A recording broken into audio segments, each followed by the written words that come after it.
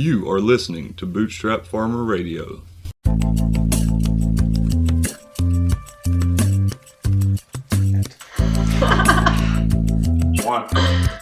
Hey, good morning, everybody. This is Nick and Brandon. We are still in San Diego talking to Chef Kathryn Rogers of Vivacious Dish.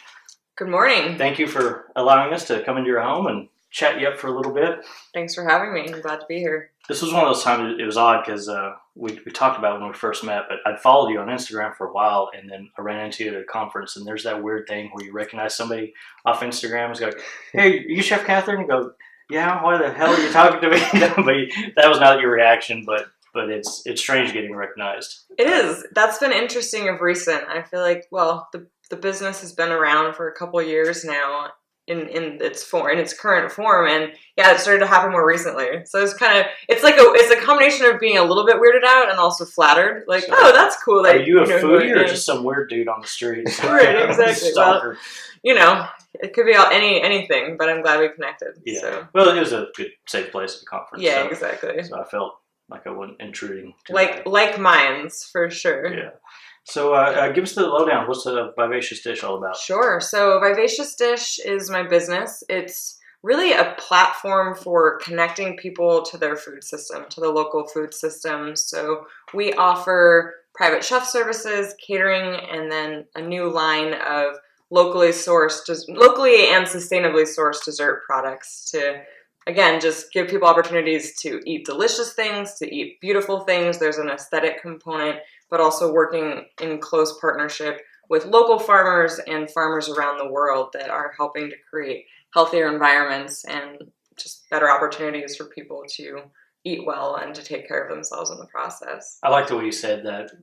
I always feel that to eat local also means eating very small batch, small farm stuff from other places like this. And my eyes really got open to it as we started traveling. We're still supporting farmers everywhere we go, even when I have to outsource stuff for my own food program. We're very conscious of where we're getting stuff from because you can see on the order, hey, this came from this farm. It usually gives a link. We can look them up and go, I like what these people are all about. And that oftentimes, more so than price, as always, directs us to where we're going to source, even if we have to get it from a distributor. Yep. So I'm glad to hear you say that. And I think you're the first one that we've ever talked to that incorporates farm goods into dessert. So I really want to dig into that a little bit more, but a little bit of background about your cooking background. And yeah.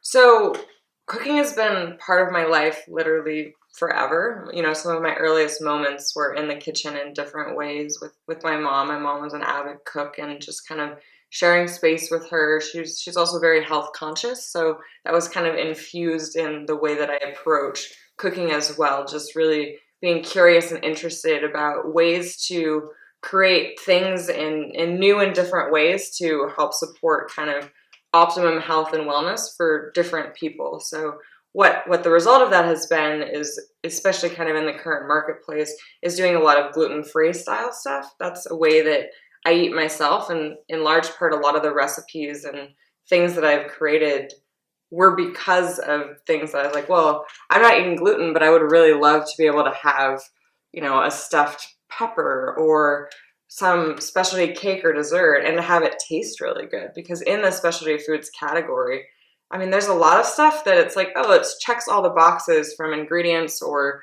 it doesn't have XYZ, so it kind of fits this health approach, but it tastes not great, or it's not aesthetically pleasing. So it's like it's off. It's just off in some way. Exactly. And like, oh, like it was 80% there, but then the texture was a little bit weird, or like the flavor balance was. So it's kind of, I feel like there's been a lot of brands that, there's a lot of gluten-free, and I do a lot of like paleo and vegan stuff too. So there's a lot of kind of options in that space, but I feel like it's almost like this, oh, well, that person eats that way, so they should just have to settle for it not being as good as if you were to order the same thing and have it not be in a specialty foods category. And I'm like, well, why? There's no reason for that. There's ample opportunity now to source things well, to really hone in on good ingredients and good recipes that taste amazing, that are delicious, and that satisfy all of those different dietary preferences or needs. So really, really what we do and what I do is create opportunities for people to be fully nourished, whatever that means to them, and do it in a really delicious way as well. I like whatever that means to them, because we certainly get a lot of things thrown at us as people that provide food. A lot of questions where they want to be something because they heard about it, Sure. but they haven't really dove in deep. Do you feel like you have to do a lot of education about what something really is? Maybe not here, but definitely where I'm at, it's an issue. Yeah, I think being in Southern California in the San Diego marketplace, there's definitely a lot of people. I was just chatting with a woman that I'm sharing bakery space with, and I'm sure we'll get into that more, but she does all gluten-free pastry products, and she said that about 30% of the marketplace is gluten-free, which I hadn't heard that statistic, but that I was actually like kind of amazed by that, you know. And a lot of this, I wouldn't say that like that's probably not a celiac market. Like it's not people that are actually going to have an allergic reaction to gluten, but it is a preference.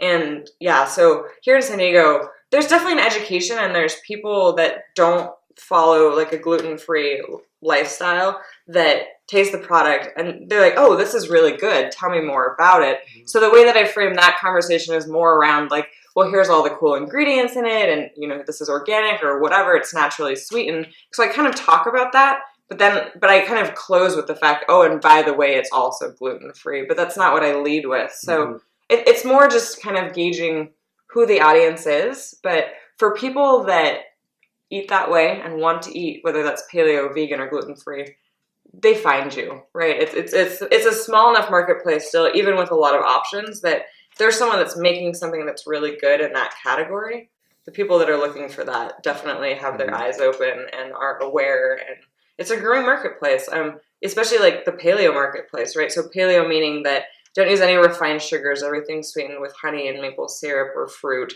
And then I don't use any processed grains. So it's a lot of like coconut and nut flours, which the sourcing thing is a whole nother aspect to that. But in that marketplace, like it's just really small still. There's not that many things that exist. Well, what's nice is these little movements are a way to educate people. So, you know, I'm your classic bandwagon gluten-free guy. Sure. Because I've noticed if I eat regular pasta and then how I feel after I eat gluten-free pasta, it's a small shift. I don't have celiac. I don't need to eat gluten-free, but I notice it makes me feel just a little bit better. And so I think what a lot of people are finding is, so let's say, you know, 5% of people are vegan, 5% of people are, you know, celiac, gluten-free, but 30% of people are interested in gluten-free. So that's like quadrupling, whatever the math is, the size of the market. So we really can't ignore it. Even if they're bandwagoners, it's steps towards the right direction. So even if they might not have their facts straight, it's positive steps in the right direction. And why does it matter?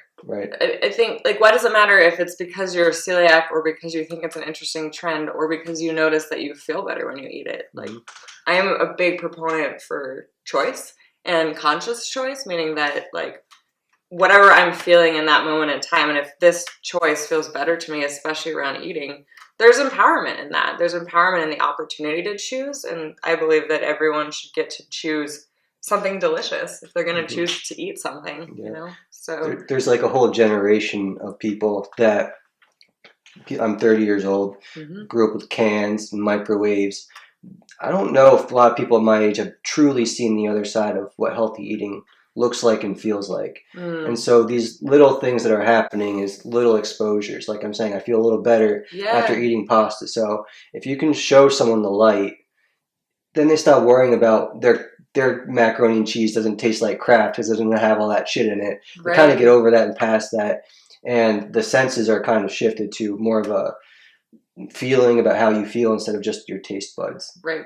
Yep, totally. And that's kind of like a scaling up process. You know, if you're starting at packaged foods and then you eat something that's really fresh or local, you know, not coming from far away, so you're really tasting everything. It's a completely different sensory experience. And sometimes I get feedback from people, it's almost like there's so much going on in their palate because of the aliveness of those ingredients that it's kind of it's like hard for them to place. It's like, wow, this tastes literally nothing like the things that I'm used to eating. So it's kind of operating in different but in a worlds. good way for once. Yes, exactly. Well, yeah, it's just they're like, whoa. It's kind of, you kind of like see them be like, have to like process that. They're like, this just completely changed like my worldview around what food is in a way. Creating more of an experience. So instead of looking at that Kraft macaroni and cheese and just thinking, I know what this tastes like, you don't even think about it because you're just trying to get calories and portion size. You're looking at this, plate now and just having a totally different approach towards it and taking those moments to have that satisfaction. Yep. That's sort of that experience which local food is becoming for people. It is. And it's interesting too because there's people when I've hosted like pop-up dessert shops and things like that, so they're just kind of out and about tasting the product for the first time. And sometimes people are like, oh, this is good, but like I really love my packaged whatever, the things that are maybe a bit more traditional, and that's fine too. It's like great because that's not the people you're really trying to connect with, and good on them. The fact like there's plenty of options in those categories that exist already. So it's about knowing your marketplace, not trying to be everything to all people, and having that opportunity as well. So one thing that's kept coming up over the last few days is the notion of, with limitations or constrictions, the creativity that's allowed in preparing something. I mean, that's what we're talking about today, is prepared foods, and what you and I and Brendan is very versed at. The first time I did the mocktails out of the food truck, I did not have a sugar-free option. I just didn't even think about it. It was the first week, as the farmer's market was going on. It's okay, no judgments. Yeah. But that's what kept asking. So the next week, I was like, we gotta have a sugar-free option. So that's when we started doing stuff with agave and stuff with honey and infusing. That's what really kind of got me down. The foraging, we were foraging juniper, and we did like a maple juniper thing. Amazing. So no refined sugar, and those have been our best sellers.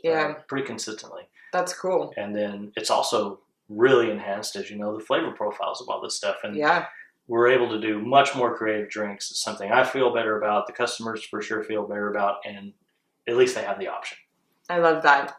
And I think what you're speaking to around the notion of having that FaceTime with customers, that's what I love about my business. It's a growing business, and I'm still small enough right now that I can be out in the world just having conversations and asking questions and having people have the opportunity to taste something and give real-time feedback. And that's super valuable, and that's when we talk about local sourcing, it's the same as going and having a conversation with my farmer, who I'm getting edible flowers from for dessert or produce or whatever, and just engaging with them and being like, okay, well, what's most fresh right now? Like, if we're doing a seasonal menu for something, like, what can we feature that's going to be at its peak that might be something unique and different? San Diego has interesting fruits like guavas and passion fruit. So good in a drink. Amazing. Yeah. And, I mean, literally, depending on the season, you can get it fresh, which to me is phenomenal. I mean, I grew up in northern Nevada in a desert region. We didn't have passion fruit and guava and things like that. So I think from a chef's perspective, it's about being open and curious and having fun in the creative process. Because like you said, that's really where there's an opportunity to excite the customer in a new way. They're like, oh, this tastes really delicious, and it checks kind of the boxes for refined sugar-free. You can feel really good about it, like you said, but it also creates a platform for more creativity in what, in some regards, has been a very traditional, like you look at kind of the French influence in food, there's kind of a certain way, and I think people are kind of deconstructing that and really, really using the farm as their guide and inspiration to do new things. It's interesting to get your culinary skills tested with, like, guava. I like the way it keeps coming up because it's such a good example. So when I first started playing with that, it wasn't a single strain. It wasn't a double strain. I mean, I did quadruple strain this stuff because it's so fibrous and pulpy. But what you get is a very milky, just super fine texture. Yeah. But there's a lot of stuff you remove. You got to do a lot of guava to get a little bit of juice. Totally. It seems. Yep. Well, passion fruit's similar, right? There's so many seeds. I just made some desserts last weekend for a wedding with passion fruit. And yeah, you I literally blend it to kind of shake the seeds off, or the pulp off the seeds, and then you strain it. But yeah, the outcome is amazing. So, it's interesting because for people that are trying to go big with what they're doing, it is more time consuming. It takes more time to process a guava and get the juice and strain it, to get, a passion fruit juice or whatever you're doing. But to me, it's worth it, right? That's where the deliciousness comes into play. And I think people are excited about that. They're excited to taste different things. And I guess what we're, all three of us in our own way, are finding that balance between scratching our own itch and kind of pushing the market forward just a little bit, but at the same time understanding they have to be able to approach it in a way that makes sense to them. Like when Nick takes me out for drinks, if there's 5 ingredients in a drink and I don't know 3 of them, like I'm out.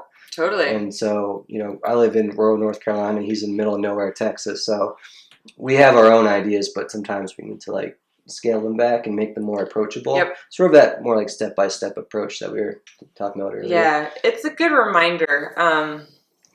Obviously, we're all very passionate about kind of the purpose behind this as well. And it's helpful. I spent a lot of time talking to people like the 3 of us who are very into this world also, but it's helpful to remember that, everyone's coming at it from different places. So how to make it accessible and kind of create inroads for that conversation without going through the entire too much information or just overwhelm or proselytizing. Yeah, exactly. Yep, totally. We have to remember that the third leg of this between the farmers and the people that prepare it are the consumers that just want to enjoy it. They just want to go out sometimes and have it.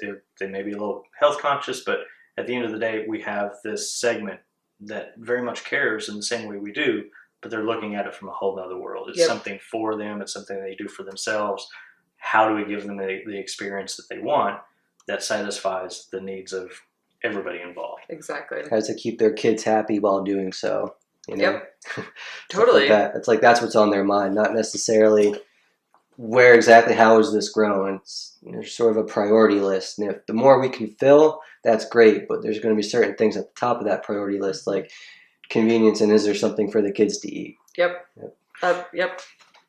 With the events that you do, and your business is a couple of years old, are you getting referrals from event coordinators and maybe the same events, people like that? Where's your business coming from nowadays? Have you noticed a spike anywhere? With the catering, it's 100% referral.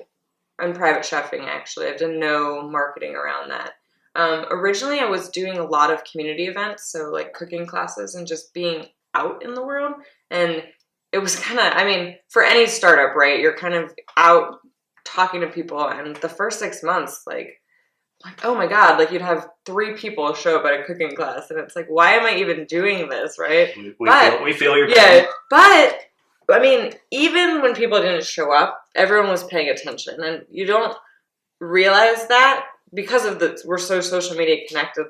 There's just kind of a general awareness, and that 6 months to a year of really actively networking translated to people when someone would even literally post on Facebook hey, I have this retreat coming up, I'm looking for a chef, and then all of a sudden my name was just in that conversation without me putting it there because people had worked with me or whatever. So it's grown. I think it's about pleasing customers. It's about really showing up every time when I'm doing a private event and providing deliciousness and excellence and timeliness, all the things that they would expect. So for me, at least, what I've seen is in delighting customers, that becomes a lot easier. And now I have certain businesses or people that host retreats regularly that look to me kind of as their go-to for that stuff. I have a woman, she's a coach. She does women's retreats. She's based actually in Seattle, but they come down here often. And literally before she books her venue, she's I just want to make sure that you're available for this. So it's relational, right? And that's really what it comes down to, is that I think that if you're creating a conversation around food, which in part this is what this is, then you can't take the relationship out of that. And that's the same with working with farmers. It's it is a relational thing. And it's interesting because we operate in a world that's so rapid and fast paced, but it's about making those connections and creating FaceTime with people. So they know who you are, they know what you stand for, and they think of you. Yeah. And this is why we do the podcast in person, because it matters to have that one-on-one time with somebody. And I don't love hearing that you kind of struggled at first, but just to relate to other people, there's always that 6 months to a year to even a little bit longer than that, where you're going to be in a grind, and there's a weeding out process. And all that weeding out process is, are you going to adjust? Are you going to take the beating that you're getting and figure it out? And so you didn't have everyone showing up at the beginning, but you didn't let that stop you. Yeah, no, I think it's kind of like, it's an ego check in a sense. You know, we all kind of, I come into a new concept in business, and so the dessert line as an extension of this is new, and I'm going through that process all over again. In my head, I have ideas about what I think is going to be great for the marketplace and what people are looking for, but until I try it, and until I talk to people, and until I potentially don't, working, if I'm having the desserts at a retail location, not all of those are going to become long-term customers, but I'm going to get feedback every step along the way. And I understand that that's what the process is. And the end result, ideally, if all things work out, is to be creating products that are still value aligned, that check all the things that were kind of the foundations of the why this is being done, and also satisfy customers' needs in a way that for them, it's really at the end of the day about the customer, like any business. So you have to do it. And I like the way you say you have to show up. Yeah. Well, and as brands grow, my vision with the dessert line is to have it become scalable and something that could be distributed more broadly. So that connection might shift over time. But I remember actually at the conference that we were at, there was a gentleman that was doing a presentation around, I think he did meats. He was a rancher, and he was talking about how he still goes to the farmers market booths every week, and they've grown to multi-million dollars in distribution for their products, but he still shows up, and people get really excited to have the conversation with him because he's the founder. And I think that's a big deal. And at the end of the day, even in the world where we're so tech enabled, everyone's craving connection. That's really what we're doing. You have to do the stuff that doesn't scale. That stuff doesn't scale, but if you don't do it, you lose the connection of who you're trying to reach overall in the big thing. Yep. So if you're getting the pulse regularly of whoever you're trying to serve, even if it may not be all 1,000 of them, if you get the 5 that will really give you good feedback, honest feedback, then you can start upping your game, and then you can start really realizing as a whole what people want. But you have to get down and dirty, boots on the ground, in the trenches kind of thing. Did I cover all those cliches all in one sentence? That's good. Yeah, very good. I mean, I feel like the podcast is that same sort of approach. I used to answer all of the customer service emails, and then it was one a week, and then it was just the big issues. And now our way to connect with people is through the podcast, through our voices, through the topics that we try to bring into our own lives and relate it to theirs. Yeah. And so as you grow your dessert line, there might be a different way to maintain those relationships, just in a different way. Yep, absolutely. Yeah, and that's what's cool about the environment of Current, is that there's so many different ways to connect people to that conversation. Yep. With a podcast, with content, video stuff. Blasting other chefs and customers on Instagram. They appreciate that. Yeah. It just takes a moment, but could remember it. Absolutely. That's a great point.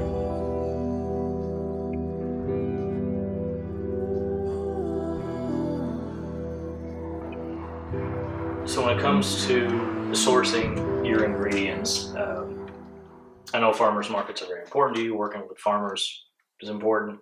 Do you have steady relationships with the same ones? Do you kind of have to travel around looking for certain things? Yeah. There's a lot to cover there, so that's just kind of setting it up. Yeah, so I do have my go-to farmers, and go-to because they're the farmers that I know and have connected with that are really value aligned. They're the people, when you step on their land, there's a vibrance to it that's really authentic, and that's what I'm trying to curate when I'm making my products. And I'm very intentional even about this is, it's a little out there, but the way the headspace that I'm in when I'm cooking things too. I really believe that there's an energetic rhythm and aspect to food too. So how I'm showing up as a chef and how I'm working with the food, and if I'm thinking, if I'm angry while I'm doing it, or if I'm positive and really thinking about what is the value of this and how does this connect us to all of life.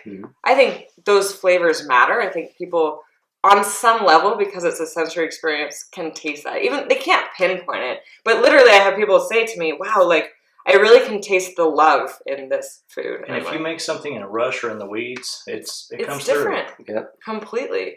And like I said, not everyone can like verbalize that, but there's still, they connect to that. So when I think about farmers, that's such a critical part of that chain. You know, I can sit with as many good intentions as I want in the kitchen space, but if my ingredients are coming from a farm or grown in a way that is harming the animals or depleting nutrients in the soil or whatever, I believe that that's part of it. Like, and even if people can't pinpoint it, you know, it might not taste that different. Granted, like when you're using super fresh ingredients, they do taste that different. But even just the way that the farmers approach their relationship with the land and with the environment, that's infused into the food. So how I choose my farmers is ideally like getting to their space and seeing how it's grown and being in that space and yeah, seeing it firsthand. I like this. You're telling your story very well through the lens of San Diego.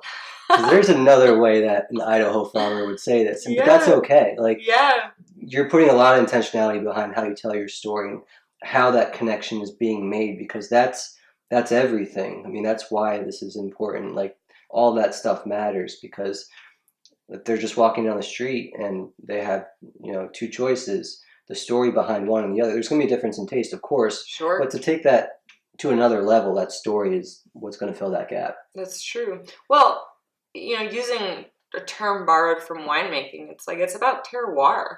And if you're talking about like the locavore movement or people eating locally, like there's an aspect of regional cuisine. And yeah, I think if you're in Idaho eating things from that landscape, the way that the farmers approach that is an extension of the landscape. Mm-hmm. Whereas in the San Diego marketplace, the way that farmers approach the management of their land, and I mean, we live in different areas. That mm-hmm. there's different challenges. You know, here we have big challenges with water access. So people are growing things in different ways as a result of that. And at this end, we're also living in that environment, right? So that's what's fun about the local market, is that if we're eating things that are grown in the environment that we live in, I mean, there's actually studies around this, which is fascinating, which is that like plants will create certain gene expressions based on their environment. And there can be a positive like nutritional benefit for people that are eating locally as a result of that, because the plants have kind of adapted to the environment. I think that's all life. They're actually finding that in humans too. Genes turn on and off based on the conditions. Totally. Yeah, so it's kind of like, oh, well, that's actually really cool. Like if you're talking about foraging, wild foraging, it's like, oh, well, this thing is in peak season right now because it's aligned with kind of nature's rhythms, but there's also, it's kind of like optimum nutritional benefit at that moment in time. So there's a lot of value to that. I don't know if that really fully answered the question, but I like choosing farmers that are really value aligned. But there's an accessibility piece too, right? It's, you know, if I'm making a wedding cake, for example, a lot of my cakes have floral on them, and I use fresh flowers. That's part of kind of my aesthetic when designing a cake. I don't do anything with fondant because I like bringing kind of the natural styling to the product. And thankfully, wedding cakes are kind of like a high value product because sometimes it requires driving to 2, 3, 4 different farms and like looking at their florals and seeing what's available. And yeah, you know, it's a commitment in that process that wouldn't be viable necessarily if it weren't a specialty product, but it is for that, and it's worth it because then people have these incredible organic flowers, which in that marketplace, flowers are complicated. Like putting flowers on a food product can be very dangerous if you're not sourcing them well, because a lot of flowers are treated with, it's not regulated like food products. You can't go to Home Depot and order a flat flowers. Exactly. Or Costco roses. Like, I mean, people use floral tape to wrap them, but because of the way that it cooked, I don't feel comfortable putting anything that could have been exposed to any problematic or chemicals in any way on an edible food product. I just think that's not a good practice. Mm-hmm. So yeah, with the floral, it's like florals is a whole different category. And I've had great conversations with local farmers. There's a farm in Escondido called Terra Madre that does all organic everything. They're amazing. Yeah, and I was up there a couple weeks ago just cutting roses off their property because we have that level of relationship. And I mean, that's fantastic. And it's exciting to me to be able to provide that level of care and style and connection for clients that I work with for those sorts of things. And it's funny. It's like that should be normal. Yeah. We're having to rebuild this whole food system, and there's going to be a lot of hard work that needs to be done. Just things like that. Mm-hmm. Worrying about the roses, what's been sprayed on them. I got to go 2 hours here and 2 hours there. And I think we're all trying to get to a point, and what I've been thinking a lot about lately is, like, we want to be special, but how do we not be special? How do we make this so easy and, and uncomplicated? Yeah. You know? And I think we just have to be patient, and people like you is, doing the dirty work and kind of figuring it out, and then like everything else, everyone else jumps on board, and then it scales up from there. But right. It's a process between them and them. Yep, it's definitely a process. I want to unpack something you said a minute ago, because you said you started with the design of a wedding cake. Yeah. And I would love to hear that process. Sure. Starting with the design. So, well, wedding cakes are fun. It's so special to be able to, I call it like, add sweetness to people's like day of love, right? That's exactly, to me, that's what a wedding cake represents. It's a symbol of sweetness as part of this whole experience. So yeah, and styling cakes, I mean, it's unique for everybody. So mm-hmm. Cake tastings are like a whole animal, which it's a fun process. I like it. I like showing up and giving people kind of a platform to imagine like what their ultimate expression of sweetness for them as like a couple would look like. And every couple has different ways that they want to share that with the people that are coming to their wedding. So yeah, once we kind of get through the flavor thing, which is awesome, then the styling piece, I don't know. There's some, when I'm using really fresh florals and things that are just like vibrant, like there's this embodiment of romance that people just are like so magnetized towards. I had a couple recently that I did a cake and some mini desserts. So a lot of weddings like now it's kind of more or less traditional. So people will have like a smaller tiered cake and then like a variety of whatever. The yummy cupcake avalanche that we all saw a few years ago. This couple made very clear. They're like, we do not want cupcakes, but we had like passion fruit mousse and fruit tarts and chocolate covered strawberries. Just this really like kind of luscious spread. But for their cake, we nailed down flavor, and they were like, yes, this is exactly the flavor that we want. And then I'm like, okay, well, let's talk about styling. And I pull up a picture of a cake that I really liked. I'm like, what do you think about this? And the groom to be, he just like it was so sweet, because here's this man that like literally I don't even know if he had ever like had this thought process like, oh, this is what I want my wedding cake to look like stylistically. But he saw this picture and he was just like melted. He was like, this is the cake that I want. And I was like, oh, like how beautiful is it that even, for couples in all different expressions, like there's this sense of romance that comes, and using, olive branches and herbs, rosemary and thyme and fresh florals, like it just kind of captures that, and everybody can connect to that through a cake. Yeah. It's funny, like it sounds almost dumb, and I like, when I'm not in the environment, I'm like, oh my God, like there's so much time and energy and dollars invested in a cake. It's a high risk, high reward. It is. Oh my God. Speaking of risk, that stuff is stressful. I cannot. Good on you, because I cannot imagine. Oh my God. Cannot imagine. I mean, that's it. Speaking about like the energy that you bring, it's like I'm trying to like, in my head, I'm like, oh my God, like you're trying to make sure that tiers arrive stable and structured, and there's a lot of layers to that, literally layers. But it's all worth it in the end. When you bring it out and the couple gets to cut the cake and have, again, it's very traditional, but it's fun, and yeah, it's fun to be a part of that. But to your point of styling too, I mean, yeah, there's the nice thing about Instagram and Pinterest, like there's so much inspiration out there. Mm-hmm. So a lot of times I'll send a couple just pictures, they're not my cakes, just pictures of cakes in general, and be like, what do you like about these things? And then it's always kind of like a combination of different elements. And then a lot of times, and I say this to people, I'm like, okay, this is what we're going to use as kind of our roadmap, but once I see the florals and once we kind of see what's available, it's going to be different. It's not going to look exactly like that. But people are connected, but I promise you it'll look gorgeous, and that it's going to be a really reflection of kind of like the natural bounty. So it's really fitting for beautiful farm weddings or outdoor weddings, or people that are already kind of excited about having that aesthetic as part of their overall experience. It's funny to deal with people that aren't necessarily creatives. They say they have a style, but to pull out what that style is to them, it's difficult. When we were doing landscape design, my first question was, tell me everything you don't like. Look at these pictures, what do you not like? And from there, we could start stripping out colors or shapes, and then then it seemed to funnel down into what they were really after. But if you don't look at life with that design mindset, it's hard to verbalize it unless you see examples and start taking stuff away. Yep, totally.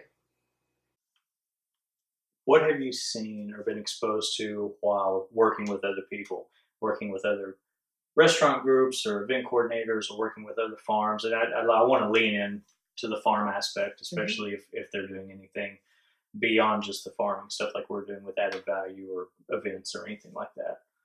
Sure. Yeah, I mean, so collaboration is key, right? Like, we don't operate in silos. At least I hope not. That's, I think, part of what we're trying to break down. So partnering with farms, I mean, there's one of my favorite people in San Diego to work with is a woman, Stephanie, and she has an edible food and farm tour company called Epicurean San Diego.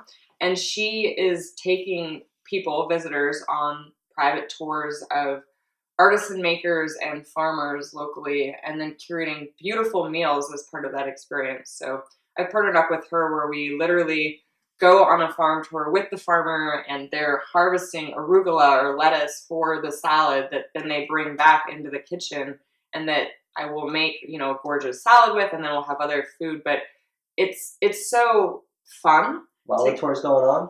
Yeah. That's like part of it. They sit down for a meal as part of the tour. That's the quaintest shit I've ever heard. I know, right? Awesome. But it's amazing. And for so many of these people, actually her market is a lot of corporate events. So they'll have their holiday party or whatever, where it's a team building experience. Mm-hmm. They're like, oh, it's so cute. We're doing our farm day, but people love it. They love having, literally harvesting lettuce. So they've just heard from the farmer about how it was grown and what, if they're doing regenerative or soil management, all sorts of stuff. And then literally they're 10 minutes later, they're sitting down at a table eating a salad with the lettuce. And so those are really cool collaborations. Having, Stephanie as the coordinator. So she's managing all the logistics, bringing, beautiful table setting and liability stuff, just taking care of that aspect. And you have the farmer that gets a platform to speak into what they're doing, and just to share that with the people there. And then they get to eat it. As the chef, I get to take what's being grown on property and literally provide a meal straight from that farm to the people. It's just cool. So if a farmer's hearing this and they hear corporate events, that seems like an additional income stream I can bring into my farm. And how would I even go about getting a chef here? How would I go about working that in? Do you have any advice for farmers who haven't quite explored this avenue? From your perspective, what would make it possible and easy? This is all location dependent, but what would be a good starting point? I mean, I think it could literally be as simple as for a farmer, if they're in the social space, of just following, connecting with event coordinators on social media. Because I wouldn't feel comfortable as a chef running that event on my own. There's a lot of logistics involved in that. So it's kind of that sweet partnership between food event coordinator with farmer with featured chef. That's kind of the trifecta that makes that powerful. So I think if a farmer is interested in that, they could start just building relationship in the social space, or people, depending on the marketplace, I'm sure there's listings of event coordinators or whatever, or even people I don't know that you guys are in that arena, but even just people that are kind of voices in that movement to say hey, I had this thought about wanting to do some corporate events. Do you know anybody interested in that? Do you know anybody that would want to curate that? Because this kind of agro-tourism, which I think is an extension of that, depending on the marketplace, is a budding kind of arena. But yeah, there's so much opportunity there from a business perspective. There's connectors all over, and it's the person that knows a chef, that knows a farmer, that like Edible Magazine as a whole does a great job of connecting all of these together. There's somebody there. There's a journalist. There's another restaurant group. I mean, there's somebody in every location that just seems to know everybody. Boy, when you get in that circle, that's a great circle to be in. Well, and it could be even just starting. I mean, I know farmers here that have started that model by just hosting community gatherings where they're literally like, come take a farm tour and bring a picnic lunch and hang out with us for a day. Mm-hmm. And then that spurs extensions of that. But you start to bring people to this space, kind of people just like the opportunity to like go hang out at a beautiful farm for a day and bring the kids. And it doesn't have to be more than that. It doesn't have to be, this highly curated experience to start. But as you start to build that connection, then someone shows up there and they're like, oh, like, I'm the CEO of a business or I'm the office manager. Do you guys ever do events here? And then all of a sudden you're having that conversation. And then if you're like, okay, great. Well, this person wants to pay to do that. Let's find the event coordinator. That's easier. You become so disconnected from food that a farm is an event, is a place to go because people don't know where their food comes from. And it's an experience for everybody, the mothers, the parents, the kids, like everybody involved. And we were mentioning, I think, off podcast about the farmers markets and people not necessarily ingredient shopping so much anymore. So how do we fill that void? And whenever you mention corporate events, none of us like big corporations, but they do have money to pay and they do like quaint stuff like farms. So heck yeah, it's fun. That's a unique experience. Mm-hmm. When you're talking, you're trying to find new people to work for your company. Like that's a great value add. It's nuanced, right? It's not like that's like what's gonna make someone like apply there potentially, but I think it's a nice conversation piece of like, oh, this is cool. Like, you see it on people's culture posts, and I'm like, I like that. And even if it's a corporate event, they're supporting the farm, and that I like because that's conscious capitalism. Exactly. And for all the farmers out there listening to this and going, oh my God, event coordinators and hiring chefs, and now we got to worry about place. Keep it simple. That's what people want. Exactly. They want that farm charm. Yeah. They want that experience of just, we want it to be what it is. I don't want to go to a farm and them to put on a show. I want to go to a farm and see how it is. Mm-hmm. Yeah. And if there's a jump pile in the back, I'm totally okay with that. Yeah. We're really just talking about talking to two people. Talk to a chef that that seems like they might be interested, or even not, they'll give you good advice. An event planner, event coordinator. But like I said, even if it's as simple, there's a pastured poultry farm in Temecula, which is nearby here, that I really admire. And they started small, and I've been following them kind of since their initiation. And when they first started, they literally were just having super community style farm tours. The first one I went to was literally like, come walk around the farm with us, and they had their pasture of sheep and chickens and a cow that was adorable, and everyone brought a potluck dish to share, and they like put up projection screen and we watched Babe, the movie. And it was super down home, and it was awesome. I loved it. Everyone sat on the grass, the kids ran around, the food was delicious because everyone brought watermelon and barbecue, and they cooked up like some of their chicken from their property, and that was it. And, we've been talking a lot about leadership. Talk about stepping up to be a community leader.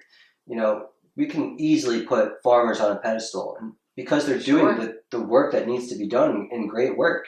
And instead of focusing on celebrities or politicians, here are these great people bringing the community to their place and teaching them, educating them. And that's what we're trying to do is sort of make or have people understand that, like, there's a spotlight you deserve and step into that role. Totally. I love that. It's so true. And it's creating a sense of place and just opening the doors and having a conversation. And like you were saying, sometimes that means that it's not perfect. And I think that's part of having the authentic conversation. People are, I think in general, are so jaded by like all of the, I don't know what the right word is. Greenwashing is a weird term, but like everything's kind of like put on this pedestal of like, oh, well, it has to look like this to be successful. And it's like, no, the reality is that farming's hard work, but there's still like a love and beauty to it. Even if that means you're just standing in a pasture, like hanging out with some cows. Like, I mean, I'm like really into this stuff, but like I'll like be driving down the road and see like a pasture of llamas and like pull over and be like, oh, I want to go like meet the llamas. Like whatever you're doing, whether that's growing produce or herbs, and you do like an herb walk in your garden space, like I think there's people that are going to be excited about that. Because that's actually real. I mean, yeah. The word natural, the word even organic, everyone's got a green wall in their restaurant now, but it's all been corporatized. It's all fake. It's phony. It's not. It's just been kind of put there by restaurant groups and experts and consultants and all that shit. But when you drive by a farm and you can visit the farm and walk the grounds, that can't be scaled. That can't be corporatized. And that's always going to be there for the farmers to have. And it's not. It's funny. It's like that's actually like a very old model. I'm on the board of Slow Food Urban San Diego, which is a local chapter of the international slow food movement, and talk a lot about like kind of the foundational roots of this notion of just being connected. So slow food meaning like the opposite of fast food, right? So it's about really being in tune with the food system. And it started in Italy, right? And they actually, the movement started because fast food chains were starting to move into communities, and they were basically like, no, like we want to hold strong to this foundational root that's part of like how we live and operate. But you know, that's coming from a model where the people lived where the farms were. Like, and you see that a lot still in Europe and places in the countryside where literally like every house has an herb garden or a pasture as part of their expression, and you're walking outside and picking fresh things to nourish your family or your neighbors. So for when farmers create an opportunity for people to go back to the land, because if everyone's living in cities, which many of us are, it's actually like such a treat and there's such a connection to like our historical roots as humans when we get to go back to the farm and like just be in that space for part of the day. So that in of itself, just to create an opportunity, whether that looks like a tour or whether that looks like opening your doors for a couple hours on Saturday mornings and saying, come out, you know, you can shop from the land and meet your farmer and do that. I think people are really excited about that. It's a nice little Saturday. Yeah, it's fun. It's an event, like you said. Yep. And speaking of events, you have one coming up in Tuscany, correct? I do, yes. So I'm so excited about this. So on that notion of going kind of back to the land, there's a woman who lives in Tuscany. She's an American, but has made her home there. Well, that's rough. I know, right? Tough life for her. So she's been curating and building a relationship with farmers and chefs and artisan makers, chocolatiers, winemakers, the whole gamut. And she and I are teaming up to do a week in Tuscany of all of those things. So we're going to go truffle hunting. We're going to meet an artisan basket weaver who creates hand-woven baskets to fit the different things that we're foraging for. We're going to go meet chocolatiers. It's going to be olive harvest season, so olive oil making. It's going to be amazing. It's going to be a beautiful tour. It's a week long. We rented this gorgeous villa in Tuscany that's 3 minutes walk from like a cute little town. So the whole thing is just going to be eating and connectivity and learning and chef lessons and just really getting to have a full edible experience. It's called Edible Tuscany of what it's like to kind of go back to the roots in a sense and learn from people that are really dedicated to preserving these traditions that are such a delicious component of kind of like our human history. So that's cool. And not all of us can do that. We're watching you, we're seeing that, and we're trying to figure out how we can do something similar. So that's taking leadership too and showing us what can be done. And that's why we come to Portland and San Diego and forward thinking cities, I guess you can call them, because we're trying to pull out the bits that we can take back home and kind of push our people, our towns forward a little bit. Totally. Yeah. And there's a struggle there because we come to some place like this.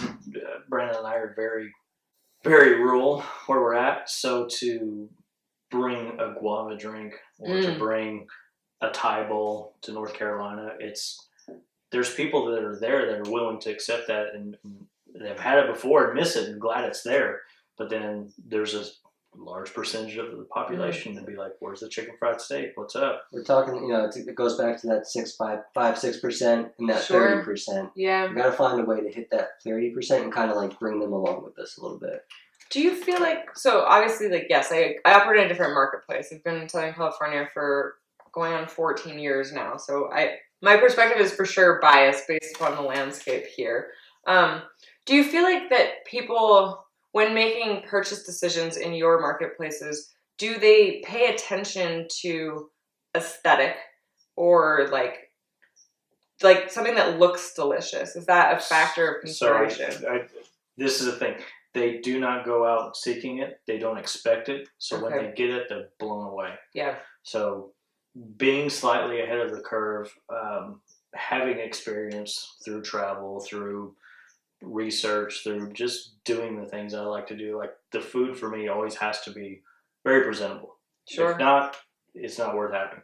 So to bring that to a farmer's market or out of a food truck or from a salad delivery business like we do, if they get the smell of the fresh herb, we always put herbs on top of everything, right? Yep. So as soon as they open up the box, they get hit in the nose, and then it's visually appealing, and then of course it tastes great, and then they can hear the crunch. I mean, we're trying to hit as many senses as possible versus unwrapping a burger or a sandwich and then just kind of going, that mealy kind of soggy bread thing versus what we're able to deliver.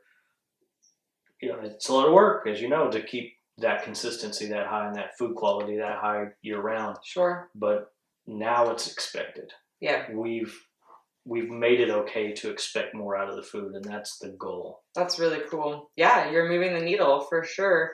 And it doesn't have to be for everybody. I don't want it to be for everybody. It's fine, yeah.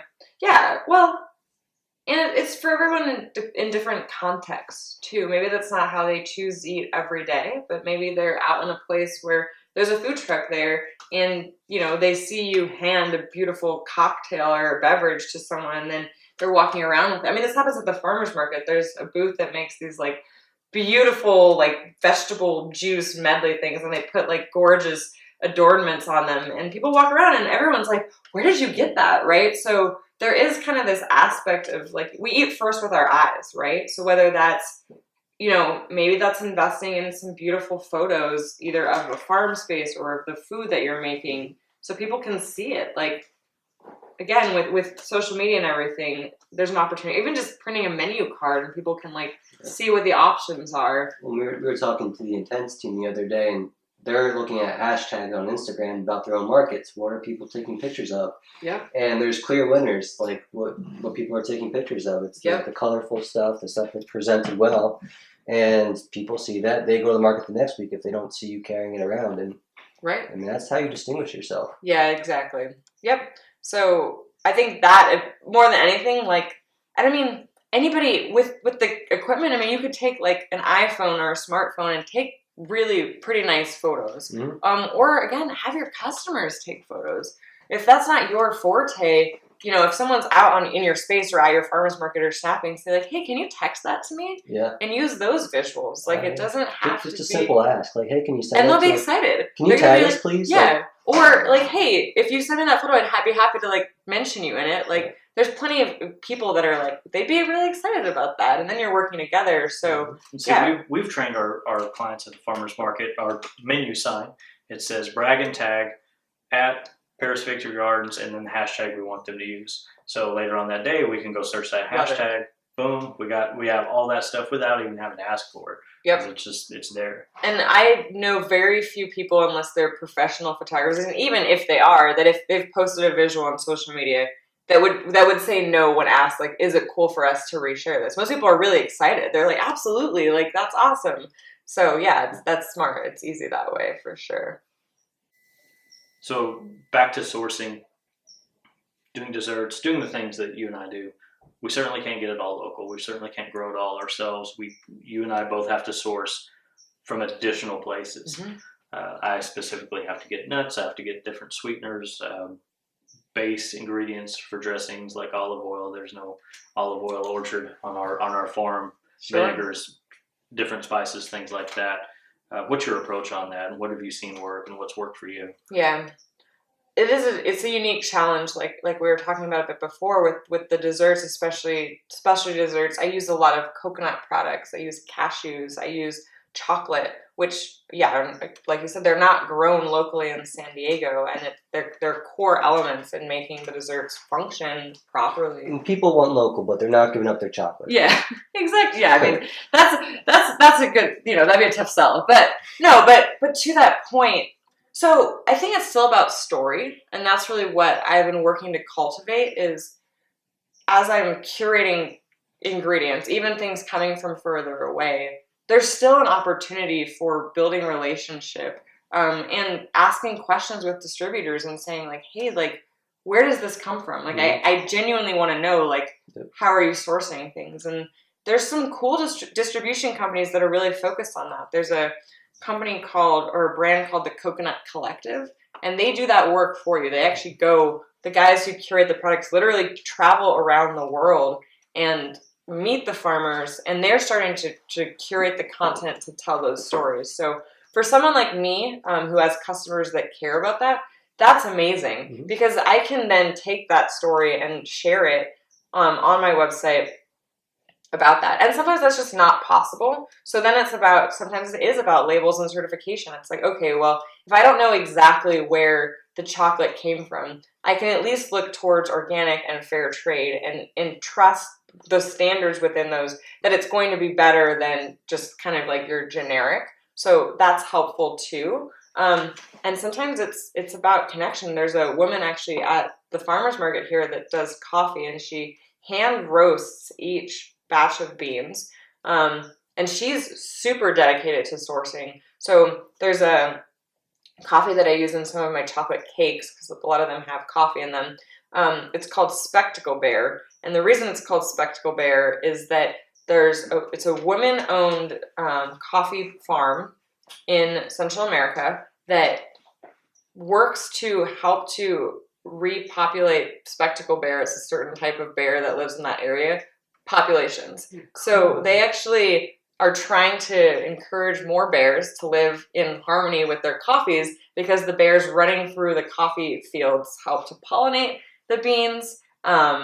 And they like climb through the trees and branches fall out, so it actually creates more sunlight. So these bears are really valuable to the coffee growers, cool. But I don't think they're like formally endangered, but they're struggling species. Mm-hmm. So that's their whole platform. And it's like, how cool is that when you eat a piece of chocolate cake, part of that is helping to contribute to livelihood for women and animals around the world. And I love that because as much as we talk about local food, we want food to be local, this is still a global society at this point, and it's always going to be that way to some regard. Yeah. And I like that because there's a lot of problems in the world, lots of things need to change. So, and we want our chocolate. We're not for sure. We're not giving it up. Yeah, and so you don't have to. Don't worry. You don't have to. So if we can still do positive in the world, and because there's always going to be global shipping at this point, it's just we're not pretending to live in fantasy land. We're trying to find a harmony and a good balance, and that's exactly it. And someone like the person who does the roasted coffee or the chocolate, or even myself, we're sort of trusted middlemen, people say, I know where my stuff comes from, so you trust me. This is the relationship we've built, and that works too because we can't all do everything on a farm, right? Nope.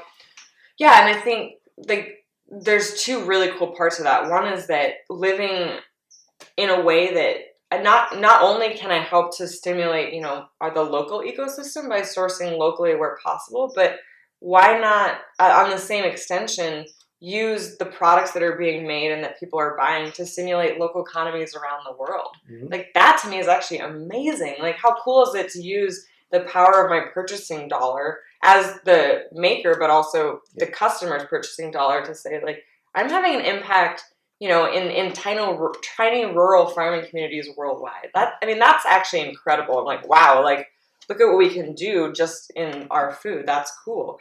And then sometimes it's not possible. Almonds specifically is a very volatile market. There's been a lot of changes. I used to be able to source organic almond flour easily, and it's become nearly impossible just because of the way that almonds are produced. So sometimes it's also just being honest. And I think that's so important, is to not say something is what it is not. Mm-hmm. And to say, you know what, we are at 70% and we are working to figure out how to get almonds in a way that isn't causing these things, but we're not there yet. And I think that's okay. There's something to be said about taking care of pockets of locality in other directions or other locations, and then bringing that in for the experience. Yeah. I mean, you're still supporting a local farmer. It may not be the local farmer in your area, but that doesn't make it any less important. Right. Yeah, I think it's, you can do both. And like with the almond example, there are some almond farmers or people that sell at the farmers market here in San Diego, and I ask them all the time, I'm like, oh, like, would you guys ever do like a blanched almond meal? Because that's what I need for specific products. And they're not ready for that yet, but it's a process. But it's still, it is complicated. And that's no knock on them. I totally get it. But it's a conversation that I'm committed to keep having. And my hope is that someday, as this business grows, that I will be big enough that I could work with them to have them create that. Yeah, I love when people ask us, do you have this? Do you have this? Because it informs us what we might need to be doing. Exactly. Yep.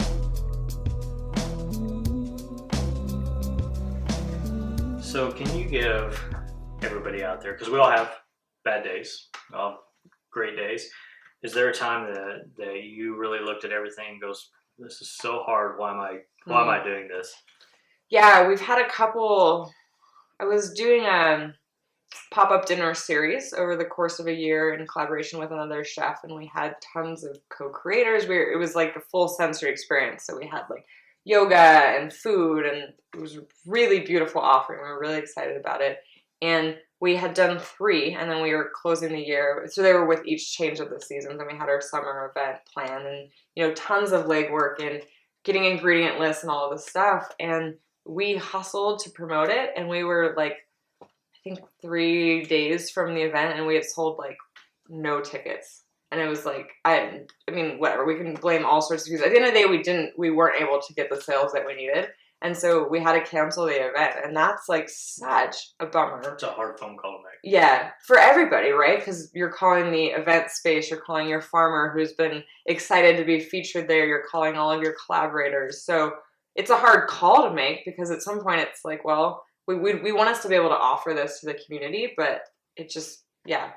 And San Diego's can be a tricky marketplace too, because there's so many things going on. Like, a lot of people make decisions at the last minute. They're like, oh, that sounds really cool, but I'll get my ticket day of because whatever, I don't know if I'm going to commit to going to that or not. And so in the food space, that's freaking hard. Because especially if you're planting out for an event and now you have all this crop that... Yep, exactly. Yeah, so farmers are affected. We're affected. I mean, sometimes it's like, okay, well, do we buy the produce anyways and just eat it? Like, it's complicated. So on days like that, it's like, just kind of like, there's so much love and intention that goes into curating something like that, to then have people not show up, that's hard. And it's kind of like, well, is this even valuable? You just start to get in, I started to get in the headspace of questioning, like, is this the right thing to be doing? Is there a market for this? All of that stuff. Why should I care if no one else does? Yeah, exactly. I'm doing all this work. So those days are hard. But thankfully, there's also a lot of support that comes through in that process. Like, sometimes it's literally the email from the person that says, like, I'm so sorry to hear that you canceled that. Like, I was really looking forward to that, or I really would like to come to a future one. It's kind of just like that reminder of like, okay, like, maybe we didn't market it right, or maybe like that wasn't the exact perfect offering, or maybe the price point was off. Like, there's so many factors, but that the bigger picture of what's being created is still valuable and of interest and worth it. And I mean, and even just then I connect with myself and I'm like, no, this is like what I believe in, and this is like part of who I am. Like, it's not really an option to not do it, but it's about getting smart about the approach and being agile and open to feedback and to pivoting. Okay. It's not a victim mentality. Yeah. It's, what did I do? What can I change? Exactly. Because it's all learning and we're all experimenting together. And sometimes the feedback, the failures is a weird word, but the feedback is a little bit harder to take. Like, it's like, ooh, like that stings. But okay, what can I learn from this? How can I take that knowledge moving forward and do it differently and continue on this path? And, as an entrepreneur, farmer, business owner, podcast, like, I think resiliency is part of it, is bouncing back and trusting the vision in the times when it feels uncertain or uncomfortable. That's all part of the process. Having any business, especially one that is taking food to a creative level and bringing events, it's one long puzzle. We all know what it should look like, but it's a puzzle we'll never finish because trends will change, the season will change, people will change, our own farms will change, and our tastes and what we're interested. It's a continual process, putting these things in order the way you want to see it for somebody else that may or may not get it. And the way that they want to see it too. Like I said, the visions and plans are my own, are our own, right? We kind of know what we're aiming to create in the world, but if that doesn't resonate with a broad customer base, then you can only get so far. So it's doing that dance, and sometimes it's about, scaling up and bringing people along wherever they're at in the journey and their connectedness to whatever that message is, and then continuing to build and grow together. Kind of speechless. I mean, this has been so much fun. I know. It just worked out perfect. Great. Last question. We're, here we are. We're food producers. We're creators. We're people that prep food for other consumers. Is this the golden age? Are we past the golden age? I believe that we're far from peak on this. I mean, what can you imagine this thing to be in the future? Well, like you were just saying, I mean, it's constantly evolving.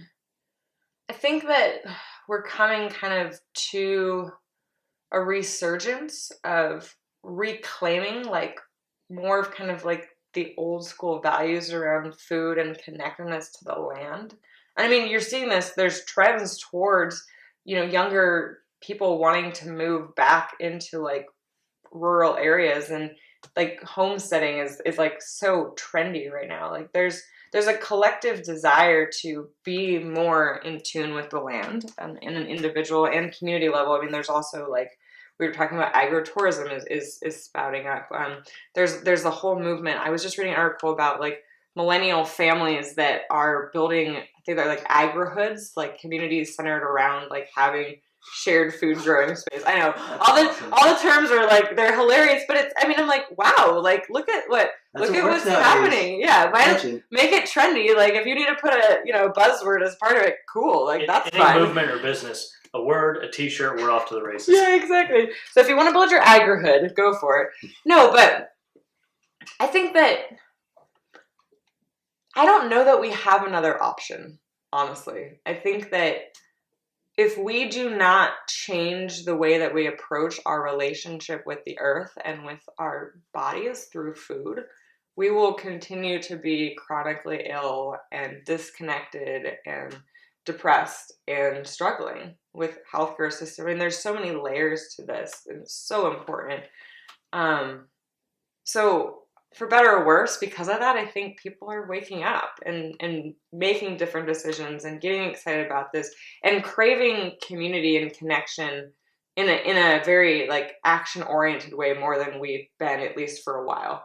I kind of look at like, okay, well maybe like the 1970s kind of like processed food. It hasn't been that long. We're actually we're not that far removed. The fast food movement happened 50 years ago.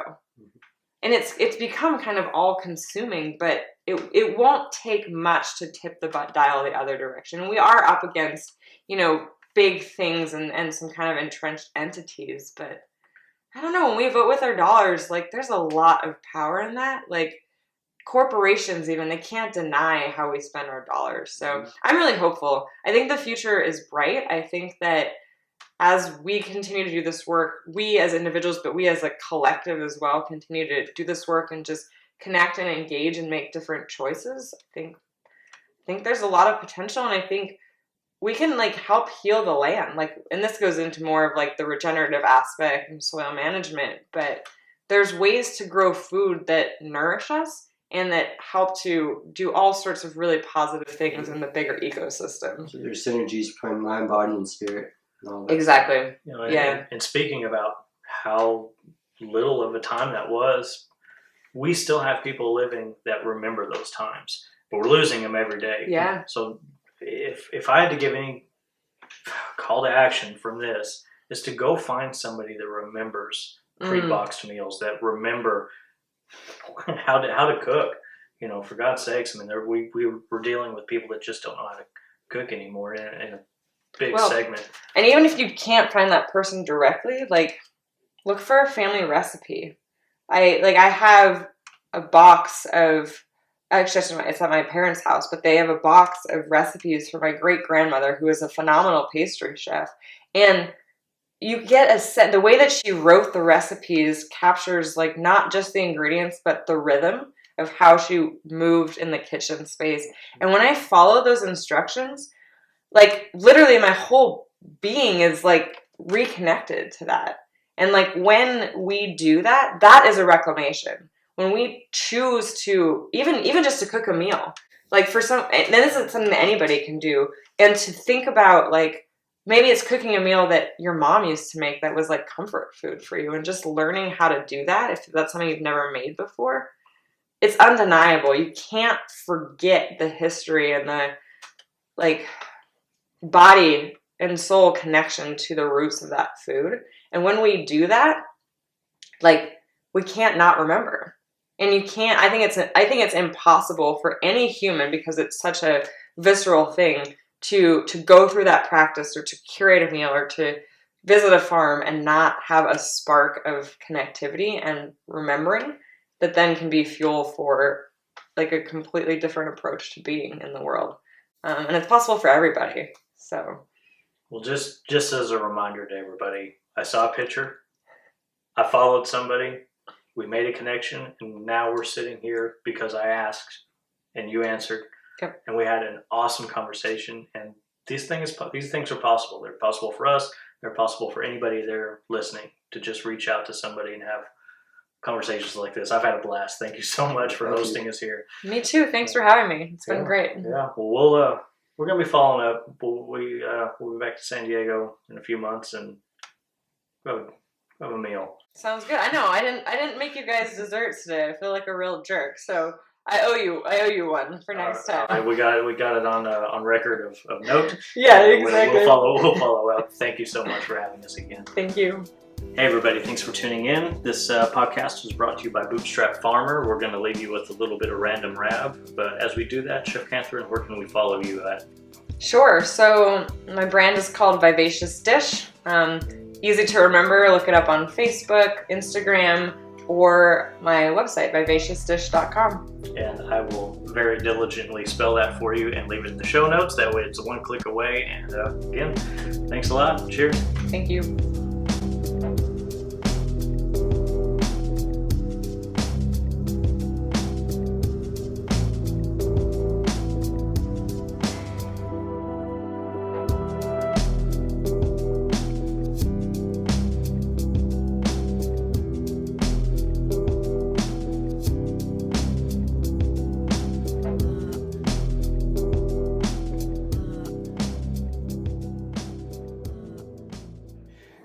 If you go to Europe and you're in a neighborhood that the house has been there for 500-600 years, which is not uncommon. Sure. I mean, what's that like to be in a place where so many families have grown up and born and died and cooked and celebrated together? Yeah, that's a great question. Well, I mean, for me personally, I'm very, like, energetically in tune. If I'm in a space where there wasn't, like, a positive historical energy, I do not want to be there. This happens sometimes, and we'll rent houses, places, and I'm like, this place has terrible energy. Very sensitive to that. But the flip side of that is that in a home that's been kind of curated with love and familiarity and historical roots, it's infusing everything. And, like, yeah, you can literally, like, I can stand in kitchens and places like that and, like, feel that. And it's almost like you can, like, start, if you're really, like, into that, you can start to, like, allow, like, that to kind of like guide the way that your hands are moving and like just the rhythm of the preparation. I mean, if you can imagine multi-generations of cooks cooking with love for the family in this family house that's been there forever, how much of that is just on autoplay and just going over and over again. Yep. 100%. And the flip side of that is like so many of these like kind of like asshole chefs that like infuse so much rage into their collective kitchen space. And I'm like, what are you ingesting? Mm-hmm.